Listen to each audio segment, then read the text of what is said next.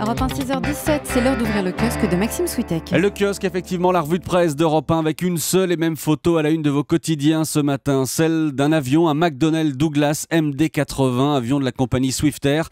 Avion similaire à celui qui s'est écrasé hier donc dans le nord du Mali. Une seule et même photo, mais des titres différents. Disparu dans le désert, c'est à la une de Libération. Série noire, c'est la une du Parisien. Question autour d'un nouveau crash. Ça, c'est la première page du Figaro. Alors, je le disais, l'avion s'est écrasé dans le nord du Mali, c'est la seule certitude ce matin, mais il y a effectivement encore beaucoup de questions. Qu'est-il arrivé au vol AH-50-17, se demande le républicain Lorrain. Mystère autour du crash, c'est le titre de Sud-Ouest. Bien des causes sont possibles, écrit Jean Guinel dans le Télégramme. La météo est citée dans une zone où la guerre n'a pas dit son dernier mot. Loin de là, on peut aussi légitimement suspecter un acte violent.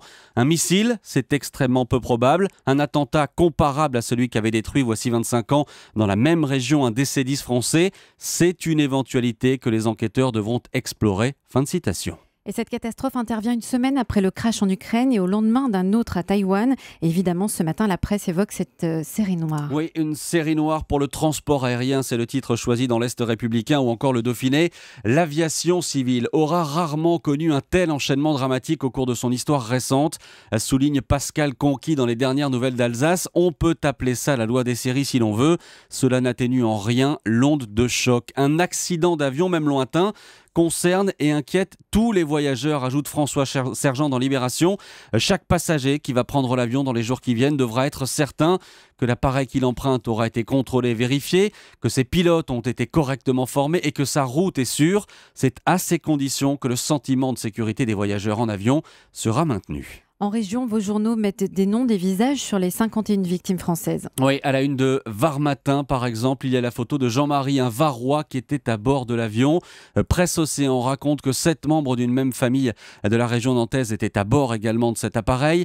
C'est le cauchemar, témoigne Amadou. Mon frère Seydou est parti passer des vacances au Burkina Faso le 2 juillet. Il avait emmené sa famille, sa femme, ses 4 enfants âgés de 7 à 22 ans, ainsi qu'un neveu. Tous ont pris place jeudi à bord du vol d'Air Algérie qui a disparu. Je lui avais dit de m'appeler ce vendredi pour que j'aille les chercher à l'aéroport de Nantes. À Lyon, ce sont 14 passagers qui devaient atterrir à Saint-Exupéry après une correspondance à Alger. L'information de la disparition de leurs proches a été brutale pour les familles, c'est ce que raconte le Progrès de Lyon. Face au drame qui se profilait, elles n'ont pas souhaité rester trop longtemps à l'aéroport et ont préféré rentrer chez elles en attendant davantage d'informations. Je suis assommé, je n'arrive pas à réaliser, raconte dans le Parisien aujourd'hui en France un retraité du Cantal qui a perdu son fils, sa belle-fille et ses 3 petits-enfants, tous partis pour 10 jours en vacances au Burkina Faso. J'avais eu mon fils avant-hier, ils avaient l'air très satisfaits, contents de rentrer. C'est une belle famille qui a été décapitée.